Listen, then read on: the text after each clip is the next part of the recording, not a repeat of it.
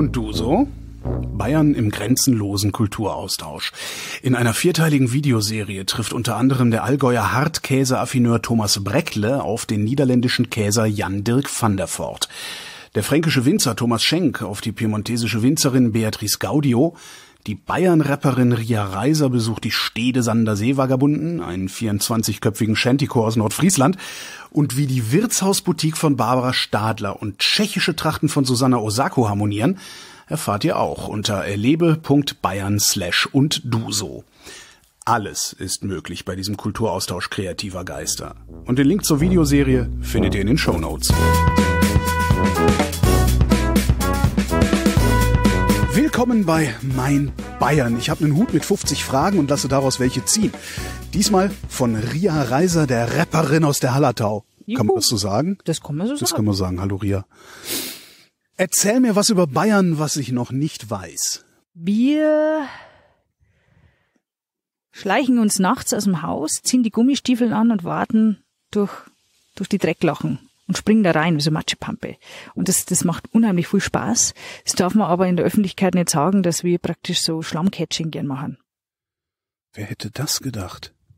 Welches geheime Talent besitzt du? Singen kannst du, das weiß ich. Jodeln und ich kann mit Tieren sprechen. Mit allen? Auch mit Goldfischen, ja. Und was sagen die so? Genau, kommt zur Ruhe. Bring uns Futter. Beschreibe deine Heimat in 3 Worten. Grün, gute Luft, Verbundenheit. Das waren 4 Worte schon. Na, Ich lasse gute Luft als 1 gelten. dann habe ich noch 1, oder? 3. Nee, 3, 1. Immer noch 1. Blauer Himmel, hoffentlich meist. Haben wir gerade. Was muss man in deiner Region erlebt haben? Also unbedingt, ich komme aus der Hallertau, die Hopfenanbaugebiete besichtigen. In Empfenbach unbedingt beim Hopfenzupfen mal zuschauen. Hopfenzupfen. Ein Hopfenzupfer beim Empfibacher Hopferbauern. Ist Hopfenzupfen, ist das die Hopfenernte? Hopfenernte ab September, genau. Und Hopfenmuseum ist auch empfehlenswert in Wolnzach und unbedingt mal eine Brauereiführung machen. Ja. Ne? Wir haben ja genügend. Einfach mal können zuschauen, wie wird das gebraut, ein bisschen Biertasting. Unbedingt. Taxigeld nicht vergessen. Taxigeld nicht vergessen. Und natürlich ein Heisel weiter in Kelheim, was unglaublich schön ist eine Schifffahrt zum Kloster Weltenburg. Da gibt's auch ein gutes Bier. Da gibt's auch super Bier, tollen Biergarten und natürlich den Donaudurchbruch mal live befahren, unbedingt. Was ist deine Lieblingsstadt in Bayern? Meine Lieblingsstadt in Bayern ist tatsächlich Regensburg. Warum? Sehr viele Studenten. Lass mich raten, du bist Single. Ich bin Single. Das will ich auch bleiben, solange es Regensburg noch gibt. Wunderschöne alte Stadt, römische Stadt, viele kleine Gässchen, viele kleine Shops, sehr liebenswerte Stadt, viele kleine Eisdielen, man kann da flanieren, kleine Cafés, es ist so ein bisschen, erinnert mich ein bisschen an tatsächlich so eine italienische Kleinstädtchen war ich, Florenz, so ein bisschen, aber es ist halt nicht, hat halt keine bunten Gemäuer jetzt in dem Sinn, aber es hat auf jeden Fall diesen italienischen Touch, finde ich geil. Lieber Stadt oder lieber Land? Beides. Also, wenn du mich so fragst, Kleinstadt, also ich brauche die Abwechslung tatsächlich. Land ist geil, aber ich brauche immer wieder neuen Input. Ich möchte mich in ein Café setzen, ich möchte Leuten zuschauen, mich mit Leuten unterhalten, möchte viele Menschen treffen. Ja, ich brauche beides. Bier oder Wein? Dann doch lieber Wein.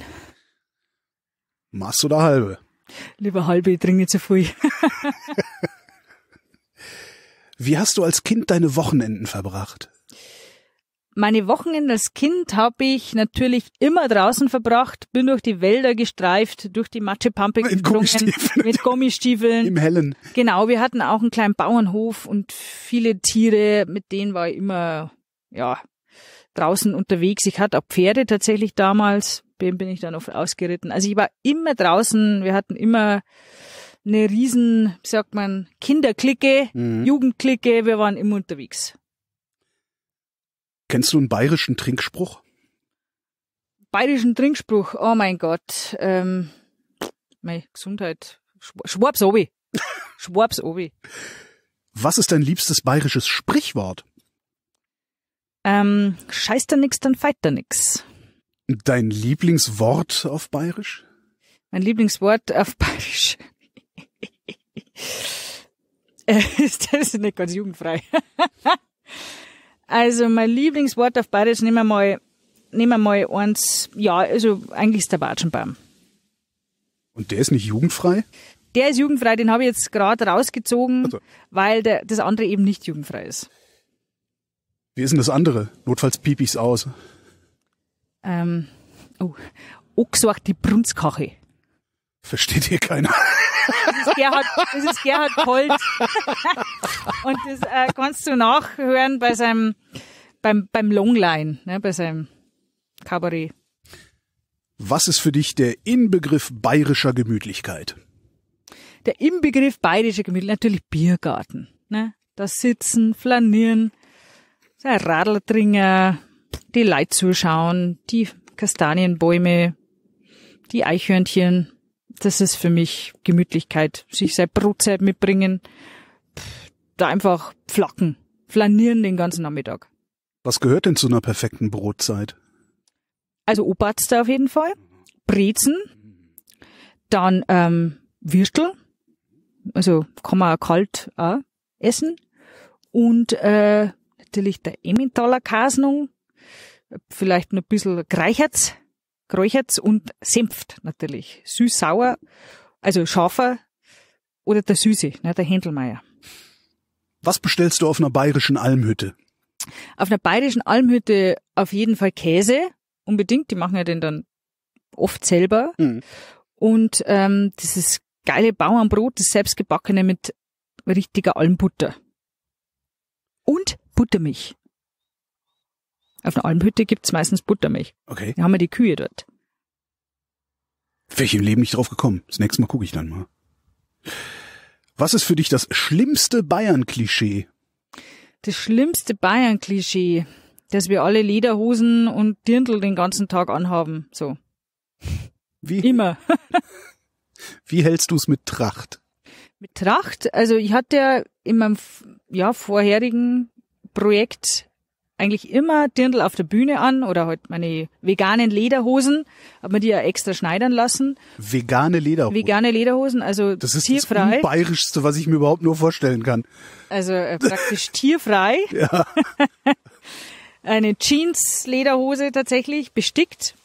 Und ja, also es ist halt schade, dass man eben, wie gesagt, immer wenn man Bayern hört, automatisch an Schurplattler denkt, die den ganzen Tag nur saufen und ihre Lederhosen anhaben und ihre Dirndl und mehr ist Bayern nicht. Das stimmt nicht. Also wir haben sehr viel kreative Menschen, die das überhaupt nicht anziehen und trotzdem ihre Kunst performen und machen und philosophieren und Bücher schreiben. Und also das stört mir ein bisschen, wenn man Bayern, wenn ich sage, I came from Bavaria, I'm from Bavaria, auch sofort dann das Oktoberfest-Klischee um die Ohren kaut kriegt, so, ja, Oktoberfest, Bier. Und so, ich trinke kein Bier.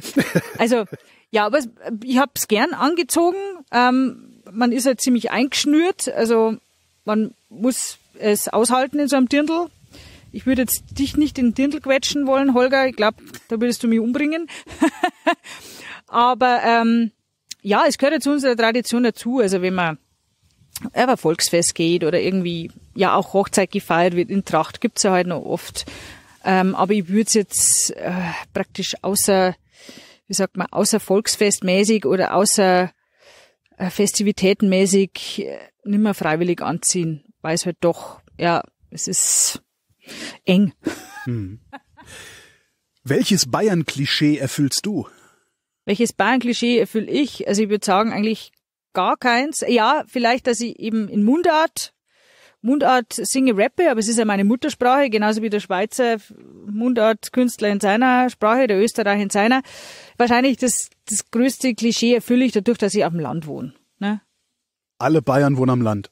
ja, das hat mir das Bild so im Kopf, ja, die Bayern und Land und hier Landeier, die Bayern und hier inzwischen Hopfengarten. Aber ich wohne da tatsächlich so. Ich wohne, hinter mir ist der Hopfengarten, wohne in meinem Geburtsdorf in Puttenhausen und um mich rum schwirren Bienchen. Benjamin Blümchen, deine Welt ist schön.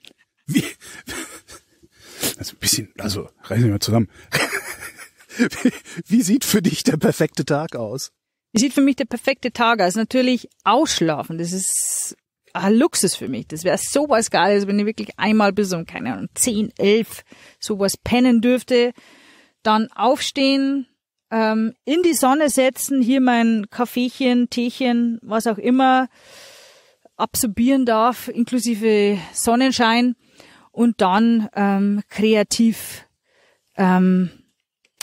schaffen darf, ne? Dass ich sage, okay, ich habe da diesen Song, an dem ich schreibe, einfach frei von der Leber weg, jetzt mal ein bisschen im Studio arbeiten, dann wieder schreiben, wieder raussetzen, dann auch lesen. Ich lese tatsächlich sehr gern. Mhm. In der Arbeit höre ich meistens Hörbücher, weil da kann ich mich nicht hinsetzen. Gott sei Dank gibt's das. Aber so die richtige innere Ruhe habe ich, wenn ich sitzen darf, lesen, Buch zur Hand nehmen, ja. Warum ist Bayern so anders? Ich würde es gar nicht sagen, dass es so anders ist. Ich war ja schon in vielen Ländern, von Indien bis Mexiko bis Amerika bis jetzt gerade oben in Nordfriesland. So anders ist es nicht. Also ich habe überall festgestellt, es sind familiäre Menschen, jeder hat Traditionen in seiner Kultur. Natürlich ist überall Alkohol dabei, das gibt's bei uns Bayern auch. Die anderen trinken halt ihren Tequila und die wieder da oben ihren Köhm, da oben im Friesland. Und wir halt unseren Hopferschnaps. Und also es ist nicht viel anders. Das Einzige, also es hat jeder auch seine Trachtenkluft, würde ich jetzt mal sagen. In Bayern wird's halt schon noch zelebriert, was auch cool ist, was man jetzt vielleicht, Norddeutschland haben es natürlich auch ihre Fischerkluft an und so weiter. Das wird, glaube ich, bei uns noch extremer gelebt. Das sieht man jetzt, wenn ich jetzt in Mexiko auf dem Volksfest bin, sehe jetzt Trachten seltener oder halt auf dem mexikanischen Fest, in Amerika sowieso nicht, wie jetzt bei uns. Also wenn man tatsächlich nach Bayern kommt und auf so ein Volksfest geht, dann kann ich jedem Touristen versichern, dass er Minimum die Hälfte in Trachter hingeht und man das dann anschauen kann, wie so jemand ausschaut. Hast du ein bayerisches Lieblingslied? Ein bayerisches Lieblingslied? Also ich muss jetzt an dieser Stelle, muss ich das Lied nennen. Es ist das Hallertauer Volkslied. Wer unser Herrgott vor vielen Jahren erschaffen hat, die Welt, da hat er gespannt am 7. Tag, was da noch alles fehlt. Und was da noch abgegangen ist, das wissen wir ganz genau. Das ist der schönste Fleck der Welt, die schöne Holledau. Das Holledau-Lied. Kannst du das auch singen? Mhm. Wie unser Herrgott vor vielen Jahren erschaffen hat die Welt, da hat er gespannt am 7. Tag, was da noch alles fehlt. Und was da noch abgegangen ist, das wissen wir ganz genau. Das ist der schönste Fleck der Welt, die schöne Holledau. Ja, das ist der schönste Fleck der Welt, die schöne Holledau. Ria Reiser, vielen Dank. Bitteschön. Und wenn ihr mehr von Ria hören wollt, dann findet ihr eine ganze Folge, sogar 2 ganze Folgen auf erlebe.bayern/podcast und überall, wo es Podcasts gibt. Juhu.